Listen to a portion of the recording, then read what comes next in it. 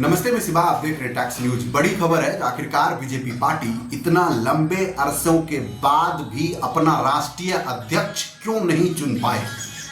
आखिरकार क्या ऐसा सिलसिला चल रहा है जो कि राष्ट्रीय अध्यक्ष को चुनने में बीजेपी पार्टी को इतना टाइम लग रहा है। क्या है पीछे का रणनीति, क्या बीजेपी और आरएसएस के बीच आपसी तालमेल नहीं बनना सबसे बड़ा फैक्ट है। मैं इसलिए कह रहा हूं क्योंकि हर एक राष्ट्रीय अध्यक्ष या प्रदेश अध्यक्ष या मुख्यमंत्री के फेस में आरएसएस की हिस्सेदारी भी अहम होती है।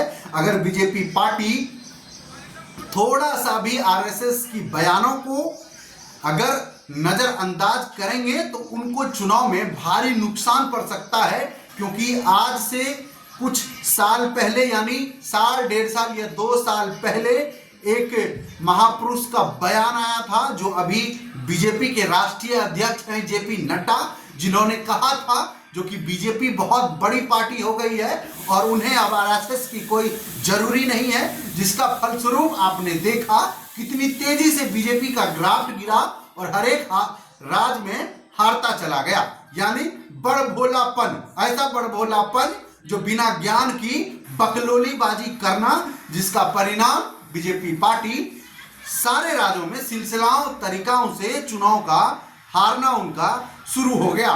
तो अब क्या राष्ट्रीय अध्यक्ष के चुनने के दौड़ में यह सिलसिला बन चुका है, जो कि बीजेपी इसलिए चुनने में असक्षम है क्योंकि आरएसएस से उनकी तालमेल नहीं बैठ रहे हैं।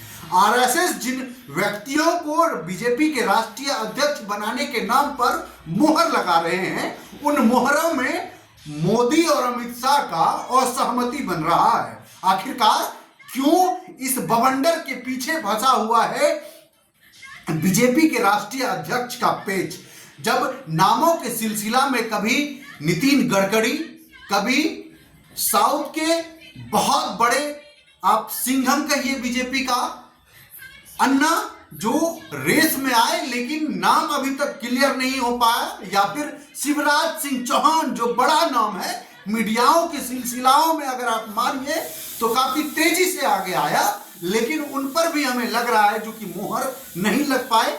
या फिर वसुंधरा राजे जो राजस्थान के सीएम रह चुकी है, साथ ही साथ बीजेपी में बड़े ओहदे पर हैं, क्या उनके नाम का भी चर्चा चली थी, जो वो दिल्ली पहुंच चुके हैं, उनके नाम पर अब मोहर लगना तय है, लेकिन ऐसा नहीं हुआ।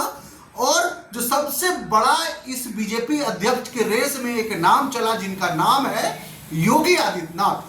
खबरों के अगर सिलसिलाओं को अगर आप देखेंगे तो इनमें बड़े नाम थे योगी आदित्यनाथ, जिनके बारे में कहा जाता था जो कि उन्हें अब दिल्ली बुलाया जाएगा, हो सकता है मोदी जी के बाद वो देश के प्रधानमंत्री बनेंगे, जिसके सिलसिलाओं के चक्कर में उन्हें बीजेपी के राष्ट्रीय अध्यक्ष का बागडोर दिया जाएगा, क्योंकि उन्हें देश की राजनीति देखना है। तो इसीलिए उन्हें पहले देश भर में भ्रमण कराया जाएगा बीजेपी के राष्ट्रीय अध्यक्ष के तौर पर, जिसके बाद उन्हें बीजेपी के प्रधानमंत्री यानी प्रधानमंत्री मोदी के उत्तराधिकारी बनने का रास्ता जो है वो बिल्कुल क्लियर हो जाएगा। उन्हें किसी भी क्षेत्र या राज्य में जाने में परेशानी नहीं होगी, क्योंकि अगर आप मोदी की बात करें तो मोदी का राजनीतिक करियर काफी लंबा है। वो आरएसएस से लेकर बीजेपी तक भारत के हर एक प्रांत में उनकी कार्य करने की कैपेसिटी थी, शैली थी, बिना पद के वो पूरे देश में कार्य किए हैं।